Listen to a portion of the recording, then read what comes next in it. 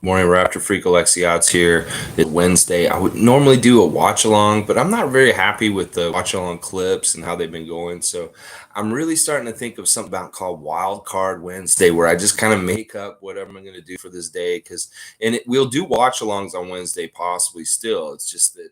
I don't have the capability to do it properly. So I'm trying to strive and do new content on Wednesday. And today we're calling it Whatever Wednesday because I gotta say whatever to like some of the stuff that's going on right now, talking about OG Anunoby. OG Anunoby has been there's been a wildfire that just sprouted up like a huge fire of trade speculation and rumors. And once again, it's by this one dude, this one idiot. This happened last summer, y'all. If you remember, with Pascal Siakam, there was a lot of trade speculation about Pascal last summer for no reason, really. It's just some writer who wants to write some content or make some content up. It's the same damn dude that made up the Pascal rumors last year, made up these OG rumors now. This guy named Jake, and he likes to write about that he's writing that he's not happy with his role on this team, and that is absolute bullshit.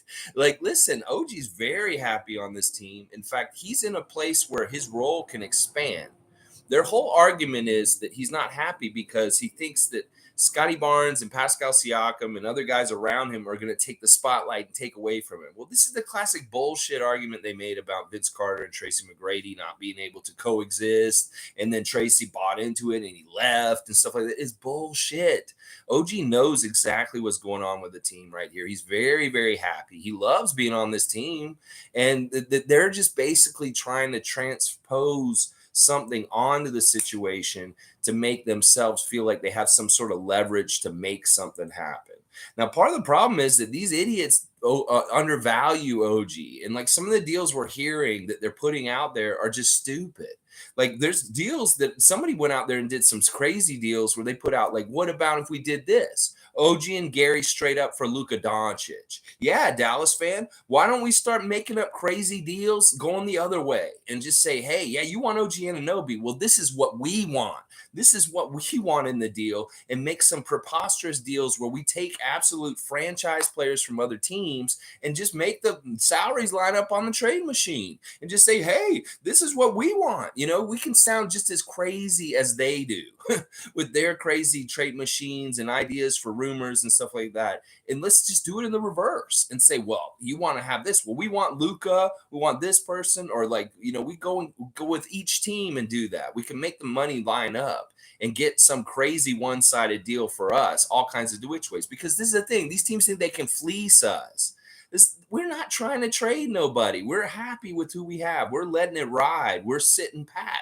And they don't realize that. All these other teams in the league need to do things because they're in trouble, because they don't have the growth inside, the potential with the team that they have right now. So they're trying to stir things up, and they see us being the haves, and they're the have-nots, and they want to come and get some of our haves.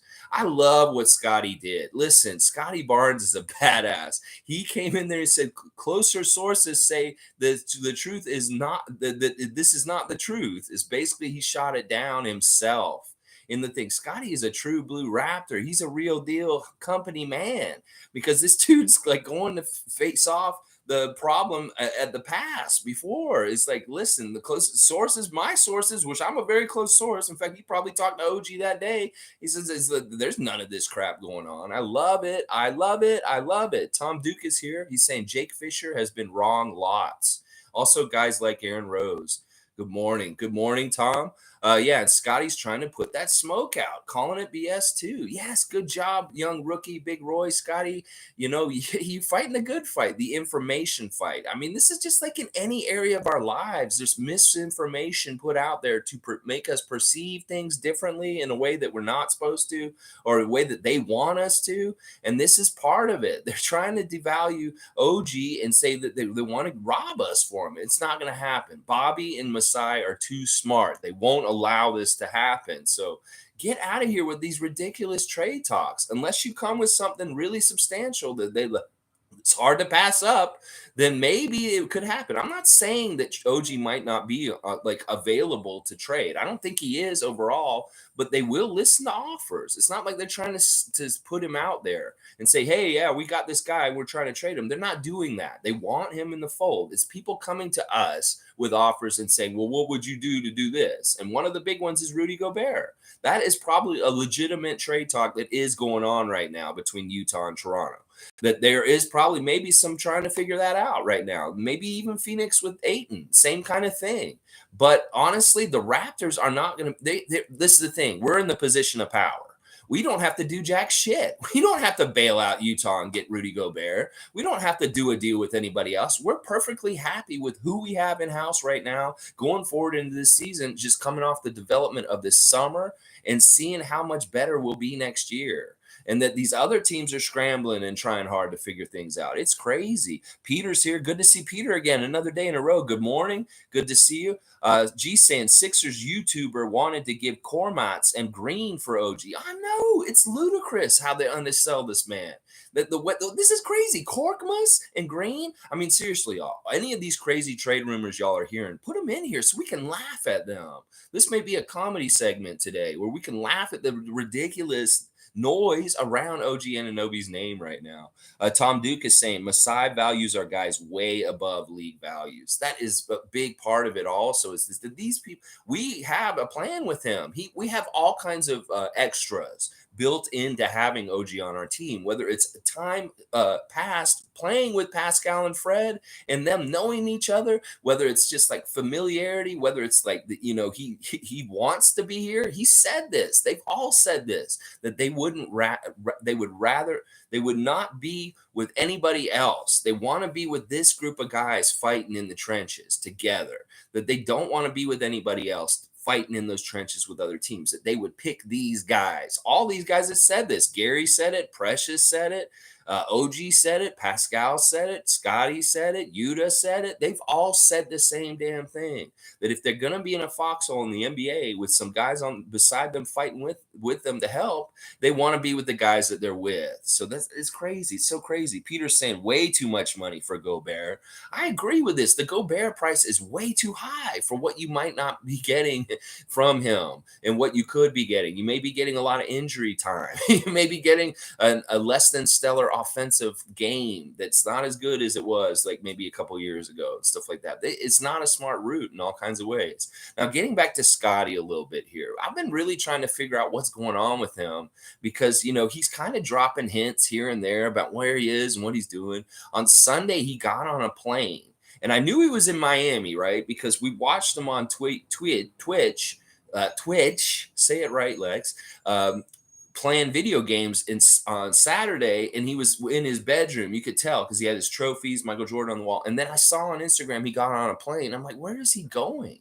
Well, we found out where he went yesterday. He went to Toronto. He is back here in Toronto this week. We seen him at the OVO Center working out yesterday with Illinois prospect. I forget what his name is. He's down there with him shooting around. There's a picture of him with Yuta, congratulating Yuta about getting engaged. To get married, and just in general, Scottie is here in Toronto right now. And that is badass. And I think it's this kind of thing where like he took a week off, he went back home, he hung out with his friends down there, he hung out, played video games, he saw his family, he did all that kind of stuff, got an off season. And then he said, you know what? I want to go back to work. And I think that he really likes the structure of the Raptors organization as far as like the ability and the amenities for him to come and work with our coaches in the off season and come to OVO Center, maybe bring a friend like he did, his friend that plays for Illinois, and come in and play, practice with him and stuff like that. Really, really smart and badass. And I love the clips of him practicing because we're seeing a little bit of an adjustment with his jump shot. It looks like he's worked out a little bit of that clunkiness to it. Like he had a very awkward, kind of clumsy, like, with the shot. And it's looking way smoother, like his motion coming up. And one in particular is one clip of him shooting threes where he is just absolutely bombing. and they look really good. But I'm so happy to see Scotty Canada side right now. Like he is here in Toronto right now, and really cool to see him interacting with Yuta and with back in town and stuff like that. It is so good to see. Yes, G is saying he is in Toronto. Big Roy is here, and you know what? I don't blame him. It could be getting very hot down in Florida. If you want a nice cooler, very beautiful summer, Toronto will provide it for you, Scotty. You could get like a very breezy, cool, sunny, perfect days here in Toronto, like right around 80 degrees, and none of this 90 degrees high humidity Florida. Some people love that to get cooked on the beach and stuff like that. But if you're not into that and you like to stay a little bit cool, but you like doing outdoor stuff, Toronto's the way to go. I'm gonna tell you right now. Tom Duke's saying he is eager and ready to lead us. He's pumped, and so am I. Tom Duke is pumped. Tom Duke is pumped. Yeah, Tom, did you watch that whole Switch stream the other day? You said you were gonna watch it yesterday. One of the things I forgot to talk about is in the middle of the stream on Monday, somebody said to Scotty that Gary Trent got traded, and he flipped out. He absolutely flipped out. It was like you said Gary got traded. Like this just points to the fact that he's young, naive, and maybe just a little bit trusting as an innocent young man. That he didn't want to believe it, but he saw it, and he was like at first reacted to it. He's like, no way Gary got traded. He was so upset about it. He like went on about it for a couple of minutes. Like, we're not trading Gary. There's no way we're trading Gary and all this stuff. He kept saying that. I love that about him, is that he's obviously very protective of keeping his core friend, good teammates on this team. In fact, maybe most of that core is everybody. Like, I'm sure he's the same way about Yuta. He'd love to have Yuta back. He's protecting OG from the trade rumors. And now he's like on his Twitch when he hears Gary got traded, false news, fake news from some dumbass commenter came in there. He's like, yeah, that ain't happening. That's no good. I don't like that. It's so awesome. Tom Duke saying, let's go. I sure did. I love some of your comments. So Tom did watch it. He saw the things that I was messaging Scotty too about and different things. It was just a really cool stream Monday night where Scotty let down his guard and really talked NBA way more than normal. He usually doesn't talk about other players or other teams or the refs or the NBA in general, but he did on Monday night. So if you watch that stream, it's about 2 hours. You'll hear him comment about all kinds of stuff. He talks about football a lot. He talks a lot about Lamar Jackson, his favorite player there in Baltimore, and stuff like that. He talks a lot about his NFL teams and different things like that. Very interesting. Tom Duke was saying Scotty was awesome how he was chatting. Siakam is water and we'll find the seams. That's what I said. Yeah, I said that to him. And I hope he didn't misread that as like he's weak. I meant it as this. It's like it doesn't matter what the defense is there. He will find the seams and he will flow right through and get to the basket and lay it in and stuff like that. Yeah, Tom, and he's not a fan of soccer. It's funny. Somebody asked him if he likes to play FIFA or if he plays soccer, and he's like, he was kind of like, he wasn't really answering that question. And that was kind of hilarious because like they were talking about Pascal plays FIFA. Pascal's all about soccer and stuff like that. And he really is. He's been going crazy about some of the soccer games recently. But yeah, Scotty, it's not his thing. He's not into the soccer. And I can understand that and stuff like that. But it is so fun to see him on the Twitch and be able to interact with him directly like that. So much fun. So interesting. Now, some more news. Chris Boucher has been really, really into the CEBL like so far this season. He is in Montreal and he's been going to the Montreal Alliance games. He's gone to the first 2 games of the season. He's sitting front row and he's loving it. He was there with Lou Dort the first game, sitting there hanging out with Lou Dort, and the crowd's coming up to him, and he's a free agent. We don't know what he's going to do, but he's just there being a man of basketball. And he's like really into advocating and pushing the Montreal CEBL team. So that's pretty cool. I like the fact that Chris has been there, that he's being very out in the open and public and being there and bringing more attention to the CEBL. So Chris, once again, Chris Boucher is just a badass, whether he's talking about Brittany Griner, nobody else was talking about him, or pushing the CEBL right now in Montreal with going to the games and getting people attracted to coming to them. And it's cool. Like say we're saying in Guelph, in the last game they had in Guelph, Guess who's sitting at courtside there? Jamal Murray. So all these Canadian stars who are playing on Team Canada with Nick Nurse are around the country right now, going to CEBL games and getting more spotlight and a look on those games in that league. And that could be great to grow more basketball in Canada and get more interest, maybe more attendance for these games. And it's just fun. It can't hurt with J. Cole and Chris Boucher and Jamal Murray and SGA and Nickel coming to the games and sitting at courtside.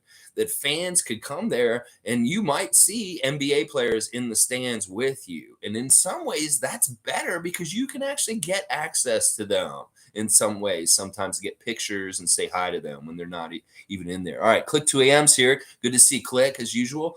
Philly fans want OG now too. Oh man, I thought our fan base was delusional. Yeah, it's crazy. Like,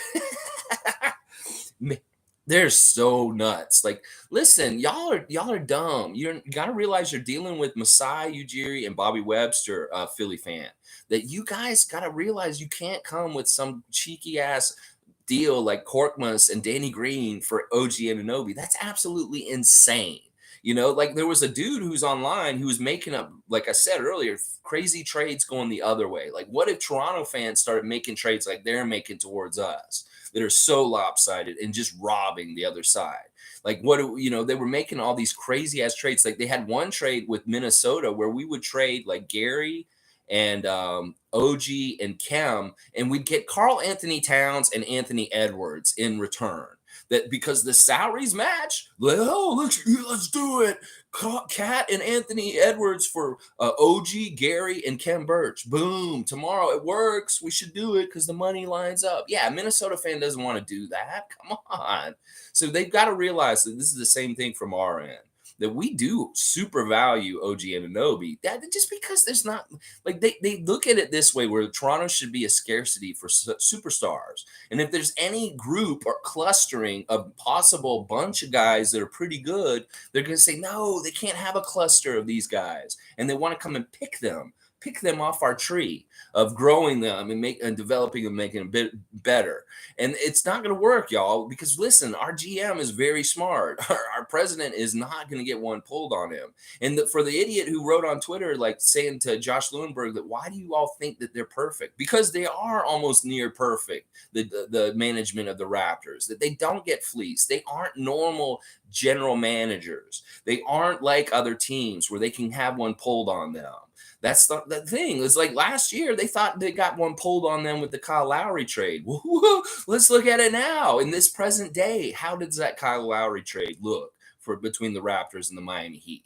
So it's stuff like that. Don't think you're going to pull one over on us. We don't have Rob Babcock. We don't have Brian Colangelo. We've got dudes that really know their shit. And the other thing is they're in a position of power because they don't have to do jack shit. That's the thing. All you other teams, GMs, you're scrambling.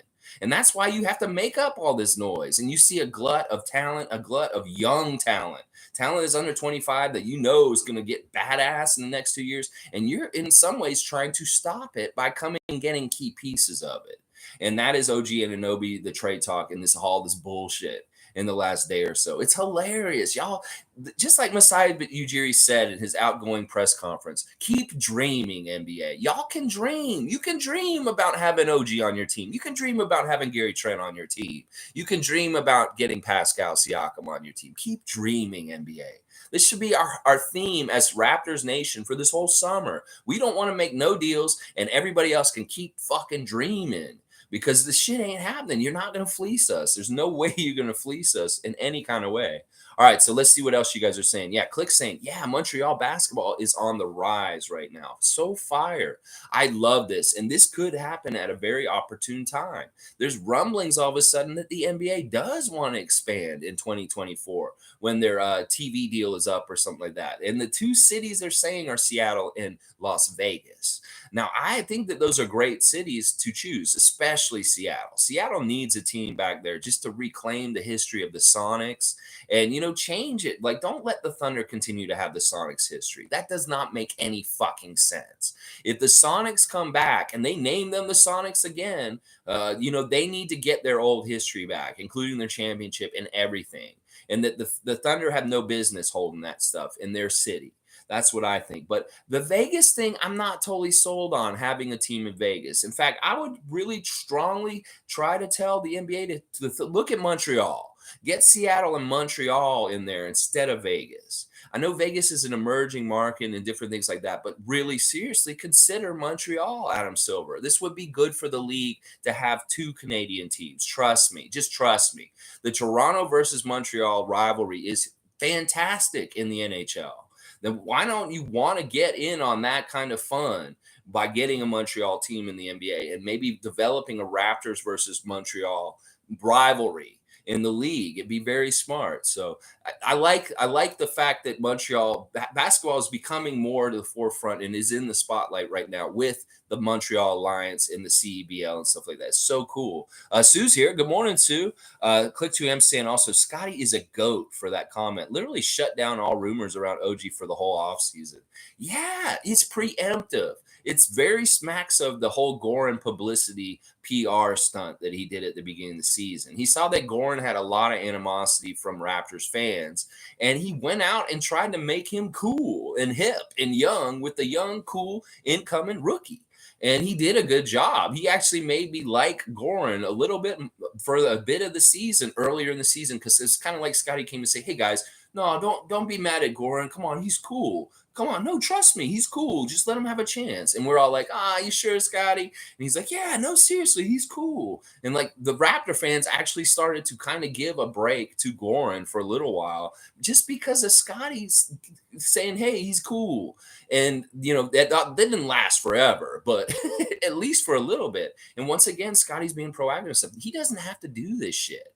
He really doesn't. He could be very quiet and just let this stuff happen and stuff like that. But he is being proactive. And I love what that says about him and how he feels about the franchise and keeping things like really tight and good with the people in it and stuff like that. Really, really awesome. Susan, this trade rumor is just another attempt by other organizations or media to try to divide us and take our good players. Even the Bleacher Report said it was probably started by an outside source. See, it's irresponsible by Bleacher Report to propagate this story. Like I went on my Twitter timeline and I'm putting in OG Anunoby's name, and half of it is all pushed by Bleacher Report. That even though they're saying that that is probably not very factual and that it's not an outside source. It's a dude sitting in his house saying, "Well, they've got Scottie, they've got Pascal, they've got Gary, they've got Fred. They don't need OG. So let's just make something up that he's unhappy with his role in Toronto." Because it's not true. If he was unhappy with his role in Toronto, he would have been unhappy with it a couple of years ago. Because his role is pretty much the same damn role he's had since he's been here. In fact, it's expanded and grown more. The thing that the outside people don't understand about the Raptors and their development and Coach Nurse is that Coach Nurse is allowing these guys to do whatever they want. It's not that OG's limited. OG is able and allowed to go be a 30-point scorer.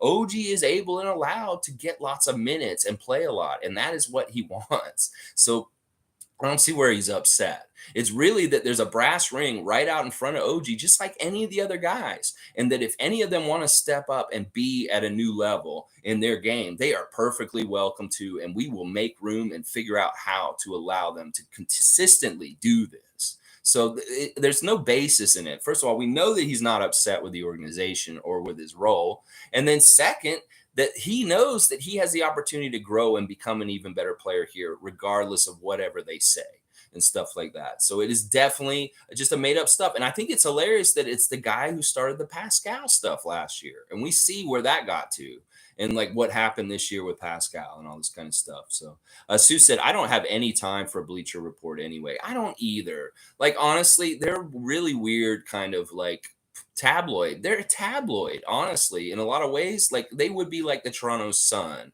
like of NBA reporting. They're a tabloid organization. I mean, I used to really enjoy Game of Zones, the whole mashup with the Game of Thrones and NBA world. That was really cool series, but they had to stop doing it because these Nets fans that did it, they kept having their team get shitty and they couldn't write the story around the Nets winning when they weren't winning. So they stopped making it because they actually stopped making it when the Raptors won the championship pretty much. They're like, we can't write this in that the Raptors actually won the championship because we would rather write that they choked or some bullshit and stuff like that. But they had, they didn't know how to write it once the Raptors won the championships. And that stupid, the best thing about Bleacher Report, honestly, went away because of that. So yeah, it is ridiculous and stupid. Click2M saying, if we do trade OG, we could absolutely fleece teams. OG is in high demand. He's the prototype of a player you want that's not a superstar. He fits on every team in the league.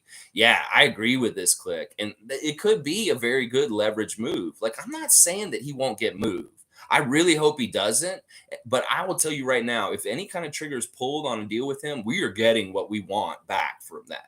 And we will be improving, and it will be a home run deal for us. It won't be one of these things where we regret it or something like that. It will be definitely something on the level of like DeMar and Kawhi, that it'll have to be something really substantial in return, and that will make sense getting us closer to a championship instead of regressing the team and where we're at this point right now. So unless it's something where it's going to put us right at the top of the league and talking for a title contention, you will not see OG get moved anywhere. I'm pretty sure about that. Lolita is here. Always good to see Lolita's name.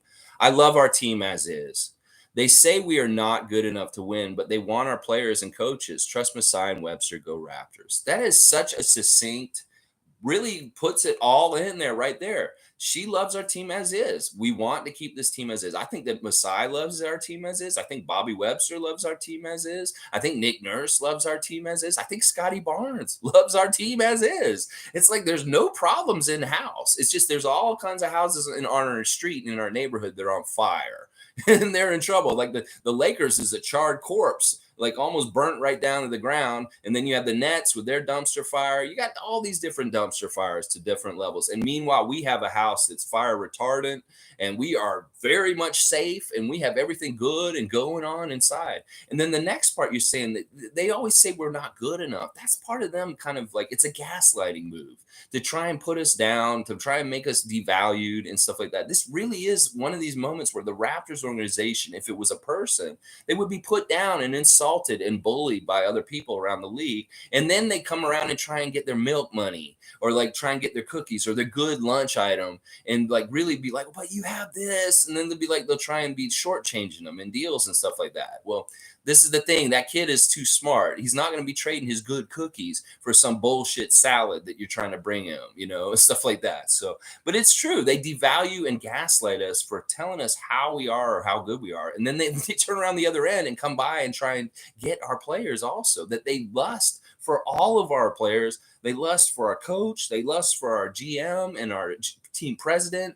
There's just a general lust for Raptors stuff in general around the league, and that they'll come and get it as quickly as they can if they can get it and stuff like that. So Click2M saying Cali doesn't deserve 5 teams. We need another Canadian team. Look at all the talent coming out. They can't deny it. Now, are you saying because of Vegas? Vegas isn't California, though. That's Nevada. It's very close to California. And I think that you're right. In some ways, the thing about the balance to me, as far as like if you put Seattle back, and honestly, Seattle should be the number one priority. That team and that city needs to be back there. There's just an unclaimed history that's there, is that you'd be putting 2 on the West Coast, and there would be more of a shift over there. And what would you do? You'd have to maybe flip Minnesota into the Eastern Conference or something like that. Maybe Memphis has to be in the Eastern Conference all of a sudden, because you're adding 2 teams out west geographically. So if you put one team on the East Coast and the West Coast, that makes more sense to me, because then you can just bring them in and just add them on each side. And then the other thing about it is when you have these kind of expansion teams added, it really does a reshuffle to your realignment with your divisions and your conferences. That there may not be 3 divisions at that point, that they may go back to 2 divisions and 4 divisions altogether, 2 Eastern divisions and then 2 Western divisions, or something like that. Or maybe they break it down even further to 4 divisions instead of just 3 divisions right now. But they got to make it even between all the divisions, and they can do that. If it's 32, figure it out. That's 4 8 team divisions, or 8 4-team divisions, stuff like that. Maybe be looking more like baseball's divisions or football's divisions with, that many divisions on each side. But yeah, it's very interesting. And I agree. There's too many teams. Like, you got LA Clippers, LA Lakers, Sacramento, Golden State. That's 4 California teams. And Vegas might as well be California in some ways because it's so close and it's right there and stuff like that. So, but it really is that Vegas is one of the fastest growing cities in the United States. There's a lot of capital there. And now that there's no stigma about the gambling, there's all of a sudden all the stigma around organized gambling and sports is gone away. So Vegas is actually okay because the Raiders are there now, because the Golden Knights are there now. And now the NBA wants to get into that market also. So, but for the longest time, they didn't allow it. And partly it was because of gambling degenerates like Michael Jordan and Charles Barkley. They didn't want to have a team in Las Vegas because it could have been problems. But yeah, I agree with Click. I think that I like the balance. Like, we don't want to be the lone island in the NBA as a Canadian team. We need 2 Canadian teams to at least have some more clout and help things. Like, Vancouver leaving wasn't good for the Raptors in some ways. And I've felt like we've needed another Canadian team here. And I think Montreal would be a great city. So do it, Adam Silver, because you will make the team have even more of an international flavor. If you have a team in Montreal, you will. Because listen, that's a French-speaking city, and that's very European on the North American continent. So you want to get more international with the league, with the feel of it, put a team in Montreal, and you will get it. Lolita's saying, the Raptors organization knows how to help and train correctly. Flowers to all Raptors coaches. Yes, that's part of it is the development. The development here is crazy good. Like, OG can stay here as long as he wants. He knows he's going to get better and better and better and better as a player. And in fact, some of these guys, if they had played on other teams in their careers, who knows how good they would have been if they weren't around the kind of development and the coaching that the Raptors have. And maybe they're on Sacramento and they're dealing with the dysfunction there. They can't even run the team barely right. How are they going to get into development areas and really excel in those areas if they can't even functionally run the team competently? So that's what I'm saying. Sometimes when a player gets drafted and they get to a team, like, this is why Scottie should be overjoyed that he's on Toronto. And I've said it many times this year, is he could be on another team and he wouldn't have the same development arc towards like his goals and getting better and better because the team just has a shitty development system.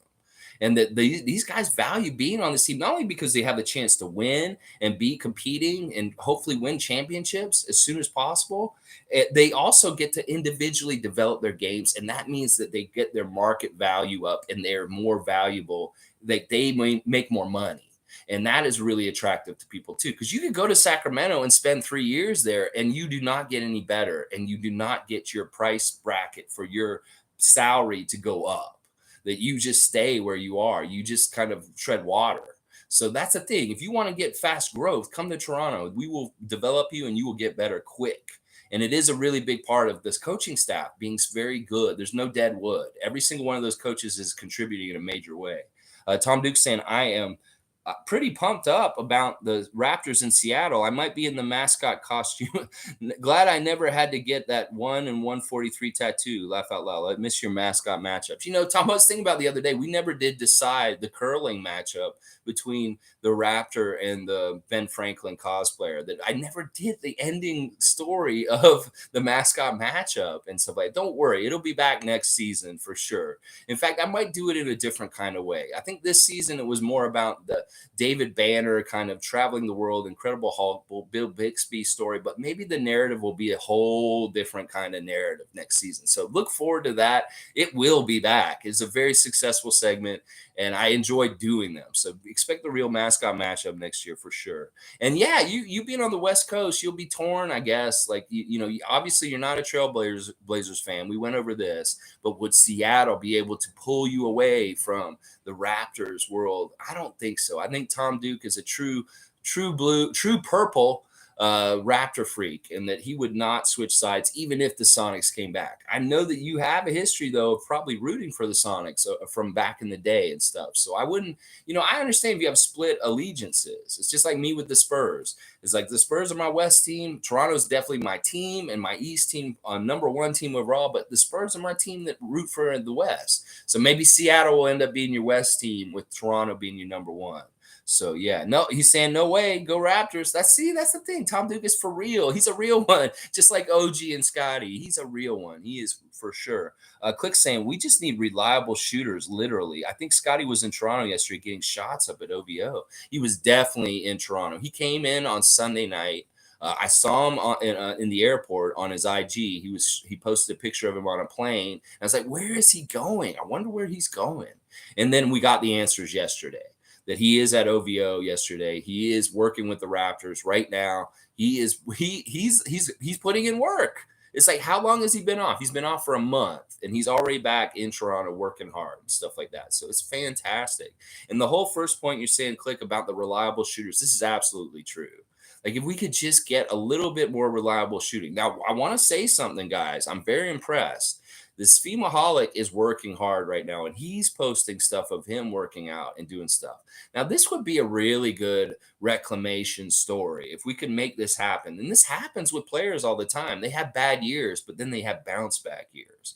And that it may be a blessing in disguise that we hold on to Femaholic for next season. Like, I'm going to make a really out there prediction right now that may be not going to happen, but I really hope it does. That maybe Svi comes back this season and he's exactly what he was supposed to be this past season, finally, this year for us. That maybe he gets his shot back, he's completely a dead eye, and he's absolutely a part of our rotation as far as this shooter, one of these shooters that we need off the bench. That maybe somehow, some way, he gets some of his confidence back.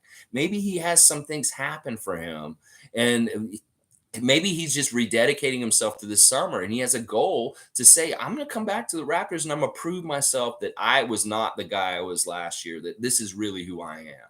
Because I really think that the potential is there for this. That the fact that if he takes his player option, he's coming back with us next season. That we don't want his dead wood. And if he's going to be sitting at the end of the bench, that's fine. But he'll be all the way at the end of the bench. He'll be number 12, number 15.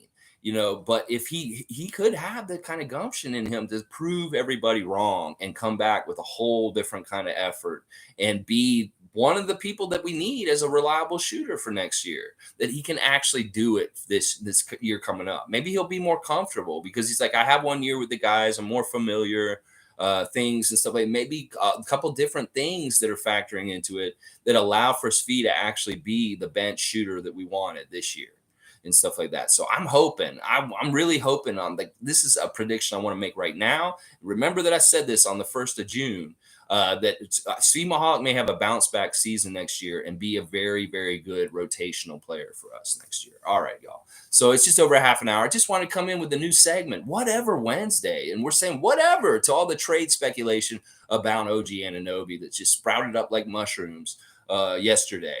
And Jake or whoever the fuck you are, man, just shut the fuck up, man. Go write some fan fiction about your favorite TV show. Like, go write something about Star Trek Next Generation, about Troy and Riker getting it on or something like that. Go do something like that with your time instead of making up your fan fiction about NBA trade speculation. I mean, seriously, it gets irresponsible. And you see it in the sports world. You understand how it's irresponsible in the political, in the news world, in the world with the war in Ukraine and all this kind of stuff. There's all kinds of propaganda, misinformation, bullshit that's put out there. And this OG Anunoby trade talk is exactly that kind of stuff. Now, once again, I'll say maybe they are not shopping him around, but they're listening to offers. And that OG's name is probably involved in them. But Bobby Webster and Masai Ujiri, we trust in them. They're going to look at every single thing, and they're going to make sure it makes sense for us, first and foremost. And not just to help some other team out, get a great role player that can do all kinds of things that's highly coveted in this league. Look, Masai has said he treats Pascal like his child. He treats OG like his child also. Those two players in particular, and Freddie too, they are in with Masai. They're like family. They're like his children. They're like his sons. He is not trying to trade them anywhere. In fact, it was very interesting a couple weeks ago when Masai is doing the Giants of Africa the panel with Luol Deng and different people sitting in there. He said something that really stuck out to me. He's talking about how players like to have fathers, like fathers that they can trust, and that he really sees his role as the team president of the Raptors as being a dad to the players. And that in some ways they don't take this lightly. It's not like a business kind of environment in some ways. It is a business, sure. And their business decisions get made and they're tough. But there's also a whole family environment with the Raptors. And that Masai doesn't take this lightly. He's not trying to like scoop people's names around in the press like maybe a New York team would do, just to mess with people or do things like Steinbrenner kind of stuff. No, there's none of that going on. There's none of this frivolous stuff. We really take care of our guys and show that they're valued and that they're a part of a family. And that you don't make frivolous trade talks or do frivolous trades or move guys just for the sake of moving guys when you have that kind of mentality about your team. You get it right the first place when you draft and acquire them, and you don't get the eraser. Oh, no, this isn't who we wanted. And you shuffle guys too often. That you really figure it out. You do your homework and you get the right people right away so you can invest in them and keep them around. And then you don't have to scramble like these other teams trying to figure out what they're going to do and make desperate moves to improve their team for next year. So I just love that the Raptors are a family and they're not necessarily totally just a business. Yeah, whatever Wednesdays. You like it. All right. Well, it's not going to always be whatever Wednesday. It's going to be Wild Card Wednesday. And it's going to be up to me. I may make a whole kind of weird, I may do some weird, like surreal shit on Wednesdays. I used to do Weird Wednesday at the convenience store, and it was just really weird programming. So this may be a very strange day on the Raptor Freak channel going forward. We may still get watch alongs. I'm not going to totally kill that idea, but it's not going to be every week. It'll be something like if it's special, like if there's a draft coming up, we'll do a Wednesday watch along of like the draft, the first draft in Toronto, the year that we got Damon Stoudemire and stuff like that, or stuff like that. But it'll be a Wild Card Wednesday, and it may be whatever Wednesday today. So whatever, Jake from State Farm with your stupid ass fucking things you're writing, your fan fiction. Go write about Fat Albert and the Cosby Kids fan fiction, or go write about like Game of Thrones fan fiction. Just make up some fan fiction in some other area other than NBA trade talk related to OG Anunoby. Please, Jake, you idiot, and you stupid Pascal Siakam stuff last year and stuff like that. All right, y'all. Thanks for joining me this morning for the Raptor Freak Whatever Wednesday. All right. I'll be back tomorrow for Thursday Think Tank. We'll be open forum to talk about our future with the Raptors franchise and where we're going and what kind of great things we should expect, and maybe things that we could talk about, maybe more of the draft with the 33rd pick and who the Raptors might take. And then just I'll figure out somebody that they're talking about us trading for, and we'll talk about them also. So, all right. Hey, Monique, good to see you. I hope everything's good and well with you also. All right, guys. Thanks for everything, and I'll see y'all tomorrow. Please like, comment, and subscribe. Hit that red subscribe button. It's the best thing you can do to help out my channel. I appreciate every one of y'all, and let's go Raptors!